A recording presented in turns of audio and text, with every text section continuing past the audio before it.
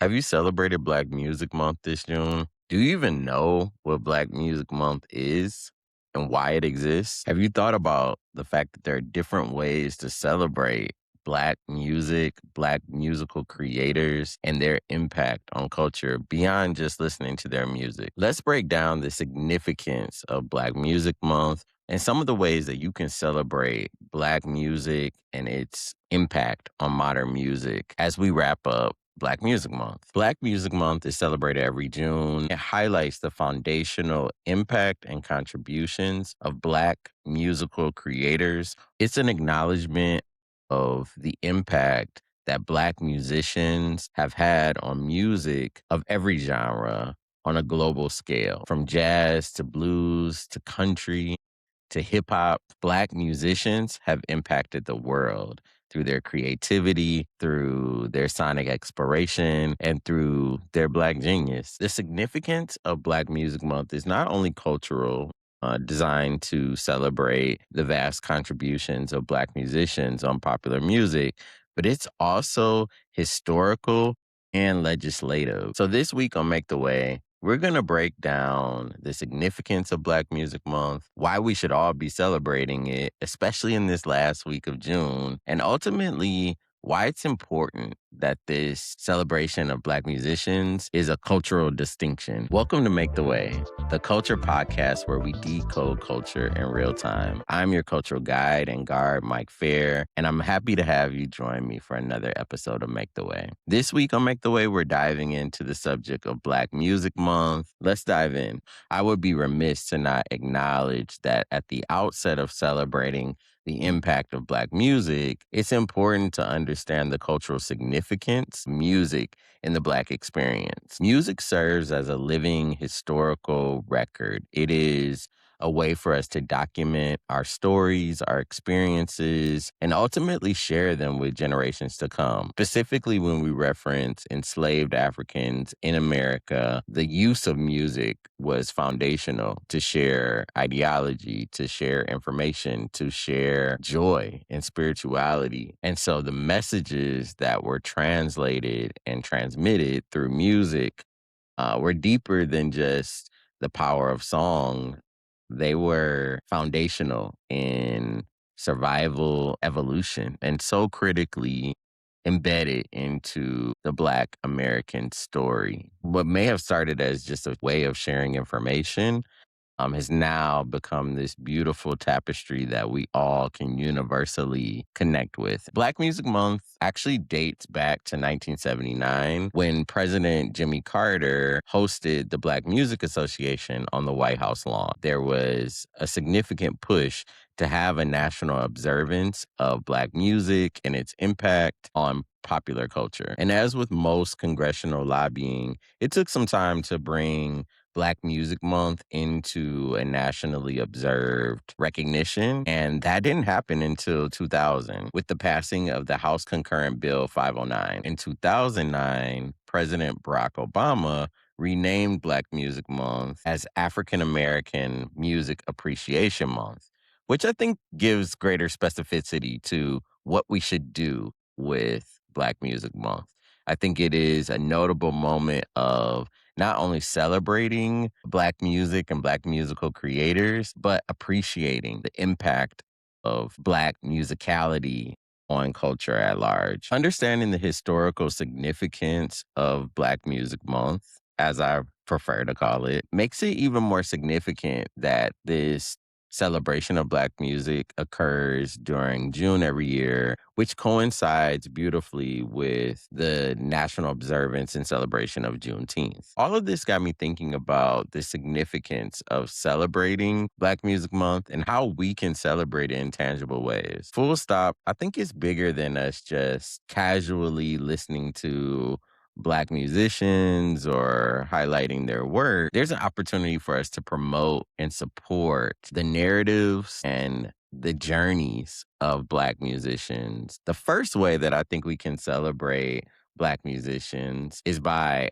actually purchasing and supporting their work, whether that is buying tickets to their concerts, supporting their merch, products, intellectual property. but also buying their music. I think we live in a time where streaming has actually removed the act of purchasing music. There are still tangible ways for us to do that. For me, that looks like buying and collecting vinyl.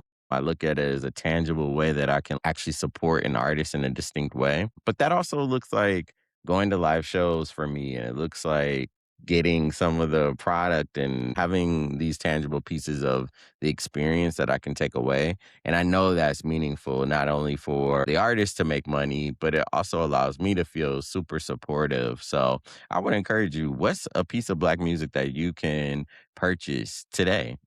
Purchase this week and acknowledge the Black genius of it all through your tangible support. Thought it would be cool to share a couple of the recent cops that I've gotten from a vinyl perspective. I'm getting much more into really being thoughtful about what I'm picking up and why. And I thought I would share a couple pieces that I've gotten recently. The first is the Unplugged album from Lauryn Hill. It goes without saying, Lauryn Hill is one of the most iconic artists of our time. And I think many people kind of haven't given the appropriate amount of credit to the musicianship, to the songwriting, and just the excellence of this Unplugged project because it was so drastically different from the Miseducation of Lauryn Hill. It doesn't get its due credit for how beautifully written and introspective and thoughtful and stripped down it was with purpose. I love this project.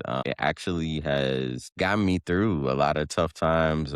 A lot of the themes of this music resonate with me deeply. I was super excited to get this. This is a special one. Feel like a lot of times I'm buying iconic albums or albums that have been out for many years, but I also wanted to start purchasing recent releases of vinyl, specifically of Black artists, and it's a way for me to tangibly support them, as I mentioned. And one of those recently is the new Gnarls Barkley project, Atlanta. I'm a huge Gnarls Barkley fan. I love all of their albums. I just think sonically is so progressive, very intersectional with soul and kind of alternative music, electronic music. And so I was super excited when I saw that Gnarls Barkley had another project. I think CeeLo has one of the greatest voices of our generation. And yeah, I just love what they do. And I think this is actually a really cool body of work. I didn't know exactly what to expect from it, but there's some gems on here. And I'm hopeful that they do a tour for this project. I would love to check out Gnarls Barkley live. I haven't seen them. Another new cop for me from iconic artist, but a new project is To Whom This May Concern from Jill Scott.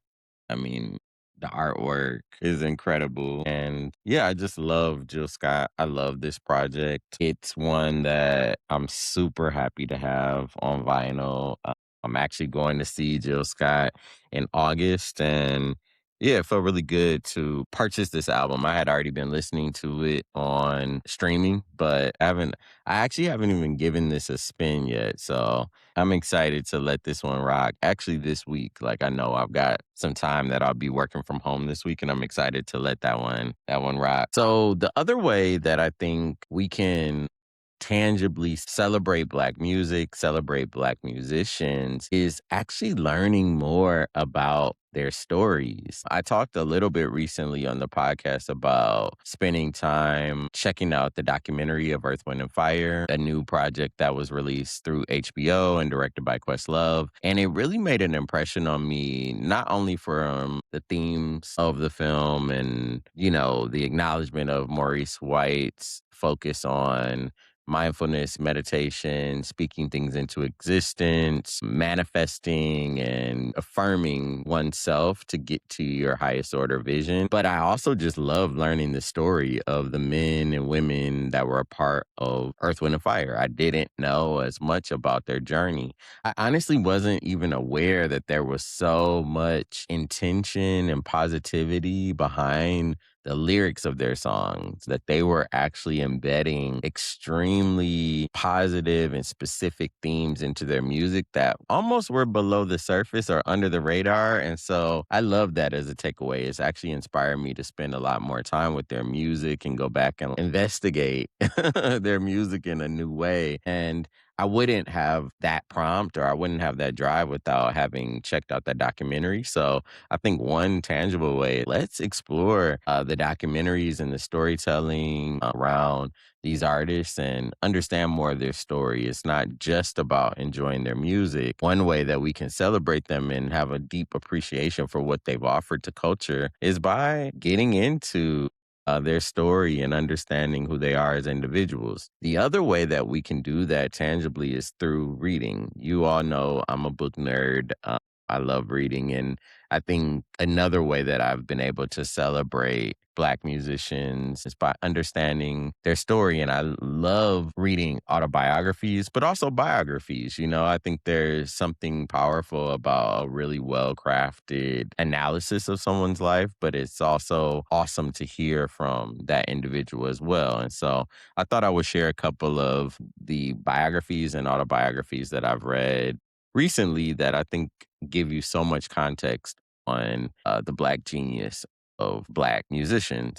I won't go super, super deep on any of these, but there's several that I thought were introspective and really powerful and have sent me on a path of like, again, digesting and investigating these artists' music. One book that I think does a beautiful job of this is Shine Bright, A Very Personal History of Black Women in Pop by Danielle Smith. This is a book that I read a couple years ago, and I was familiar with Danielle Smith as a music journalist, former editor in chief of Vibe magazine. And Shine Bright actually breaks down the impact of Black women on popular music at large. So it goes back to artists that I didn't even have context for. She covers everyone from the Dixie Cups to the Drinkard family, which is Dionne Warwick and Cissy Houston, and ultimately, you know, Whitney Houston, Gladys Knight, Patti LaBelle, Mariah Carey,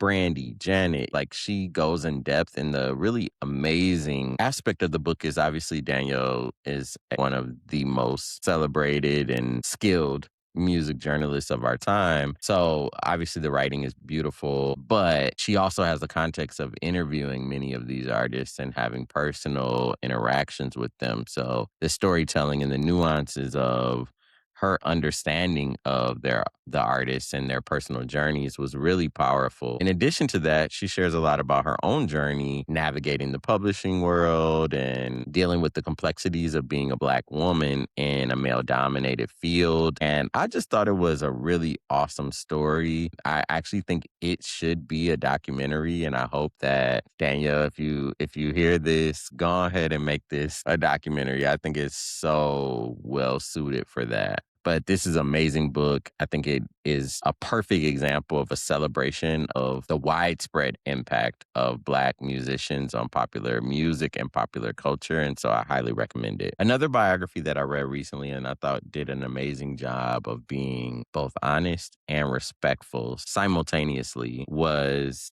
Didn't We Almost Have It All? In Defense of Whitney Houston.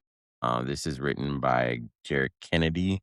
And it's so in depth. Jarek, again, is another very celebrated music journalist, and his care in the writing and examination of Whitney Houston's life and career was really eye opening. There are a lot of aspects of her journey that I didn't fully understand. I think she is someone who has been brutalized in media, even presently. You know, like I think that even as I record this podcast, she's being discussed in a way that I feel is unfair and not productive. At the core, Whitney Houston has offered us the most amazing vocal ability that we've ever encountered to this point. And so, despite challenges, despite drama, we can't forget what she offered to the world through her voice and through her music. And so I think this book does a great job of giving you context on the entire story and doesn't hold back on the complexity and even the darker elements of her story, but still positions her in a high regard. And I think for that, I was super, super happy to have had the opportunity to read this.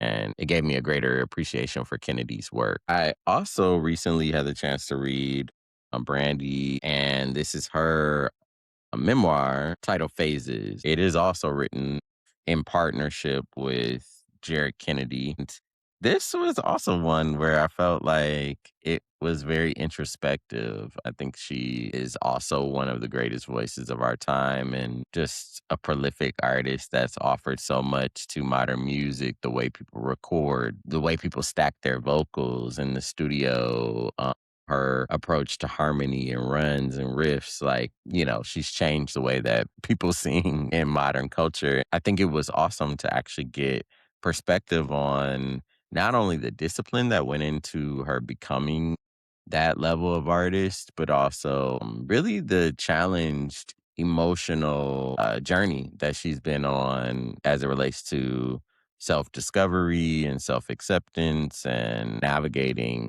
the journey of child star to adulthood. This also was very beautifully written. This one has been out for a while, but I don't think we talk about it enough in terms of the depth of storytelling and how well written it was. But Will Smith's autobiography, I just thought it gave so much insight into not only his musical journey and impact and really understanding him as a recording artist, which I think sometimes we forget about, also getting perspective on him as an individual, his connection with determination and discipline and what's fueled his success. I think a lot of times people just see him smiling and laughing and making us laugh and think that he's not as driven and determined and disciplined and strategic as he is. And so I loved getting inside his head through the memoir. And if you haven't had a chance to check this one out, I highly recommend it as well. So those are some of the ways that I think we can celebrate and appreciate Black music, especially as we're rounding out Black Music Month.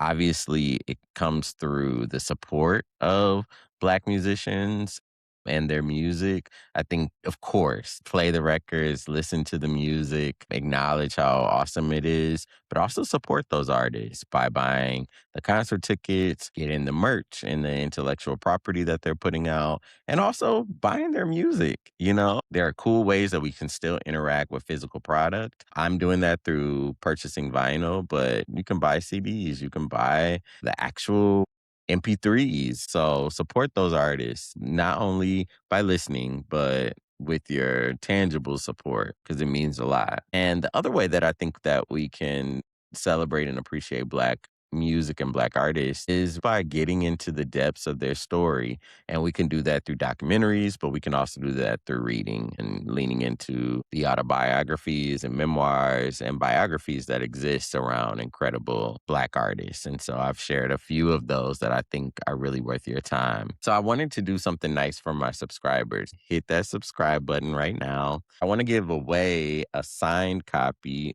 of Brandy's Phases memoir. I actually ended up getting an extra copy of this, and I thought it would be really cool to give someone this book, and it's signed by Brandy herself. And so if you are a subscriber and you comment hashtag make the way in the comments below, you'll be entered into a drawing to get a free copy, a free signed copy of Brandy's Phases. So I want to thank you all for checking out Make the Way. Thank you for subscribing.